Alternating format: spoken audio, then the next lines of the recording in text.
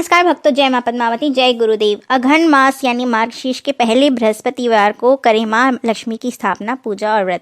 इस दिन मां लक्ष्मी की स्थापना की पूजा की परंपरा है। मान्यता है कि तुलसी और लक्ष्मी जी की पूजा पूरे अघन माह या फिर इस माह के गुरुवार को एक साथ करते हैं तो अन्न दान करने वाली मां लक्ष्मी खुश होती हैं और उनके आगमन के बाद उनका स्थायित्व बना रहता है। अघन के हर बृहस्पतिवार को लक्ष्मी मां की पूजा होती है। पुराणों में भी संदर्भ मिलता है कि अघन मास के बृहस्पतिवार को अगर सुहागिनें बुधवार की रात को ही घर की साफ सफाई करने के बाद निष्ठा से मां लक्ष्मी की उपासना करती हैं तो वे प्रसन्न होकर उपासक के घर में स्थायी तौर पर रहने आती हैं। अघन मास में बृहस्पतिवार को लक्ष्मी जी का व्रत पूजा करने से सुख संपत्ति ऐश्वर्य के साथ मन की इच्छा भी पूरी होती है। इस दिन विधि विधान से मां लक्ष्मी की स्थापना कर पूजा करनी चाहिए। घर के द्वार पर दीपों से रोशनी की जानी चाहिए। इस दिन महिलाएं व्रत रखती हैं, सुबह से ही पूजा करती हैं, दोपहर में अघन बृहस्पतिवार की कहानी सुनती हैं।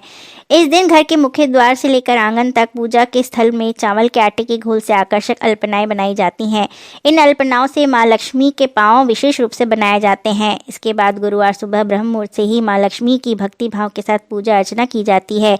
इसके बाद विशेष प्रकार के पकवानों का भोग लगाया जाता है। अघन माह के गुरुवारी पूजा में मां लक्ष्मी को प्रत्येक गुरुवार को अलग अलग पकवानों का भोग लगाने से उनके आशीर्वाद प्राप्त होता है। शाम होते ही मां लक्ष्मी को सिंहासन पर बिठाकर आम, आंवला और धान की बालियों से सजाना चाहिए और कलश की स्थापना करके मां लक्ष्मी की पूजा करनी चाहिए। इस अवसर पर आड़ोस पड़ोस की महिलाओं, बहू बेटियों को में प्रसाद खाने के लिए विशेष रूप से आमंत्रण करना चाहिए। इसे स्त्री और पुरुष दोनों ही कर सकते हैं। इस व्रत को महीने के प्रथम गुरुवार से शुरू करना चाहिए। विधि नियम अनुसार हर गुरुवार को महालक्ष्मी व्रत करना चाहिए। महालक्ष्मी की व्रत कथा को पढ़ना चाहिए और लगातार 8 गुरुवार को व्रत का पालन करते हुए अंतिम गुरुवार को समापन करना चाहिए।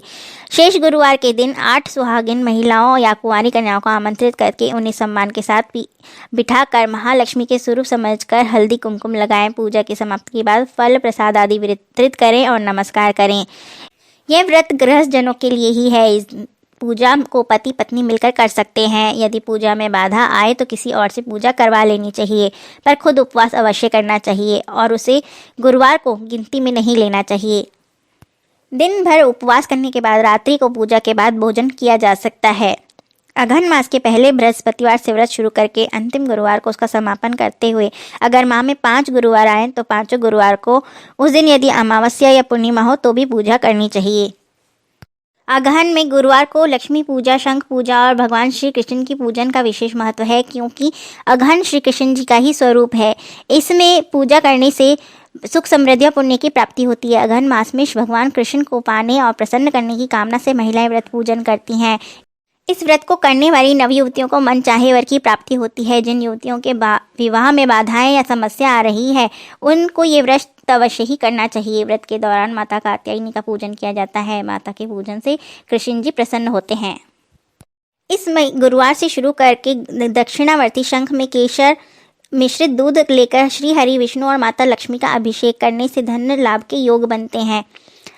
अघन मास का आरंभ होने के साथ ही रोजाना स्नान आदि से निवृत्त होकर सर्वप्रथम शंख की पूजा करें। मंदिर में रखे शंख पर कुमकुम और अक्षत अर्पित करने के बाद त्वं पुरा सागरोत्पन्न विष्णुना विधृतः करे निर्मितः सर्वदेवैश्च पांचजन्य नमोस्तुते तव नादेन जीमुता वित्रसन्ति सुरासुरः शशांकायुत दीप्ताब्धम पांचजन्य नमोस्तुते। इस मंत्र का जाप करना चाहिए। यदि आपकी कुंडली में शुक्र ग्रह कमजोर है तो अघन मास में सफ़ेद वस्त्र में सफ़ेद रंग के शंख और चावल बताशे को लपेटकर यदि नदी में बहाते हैं तो शुक्र दोष से मुक्ति मिलती है।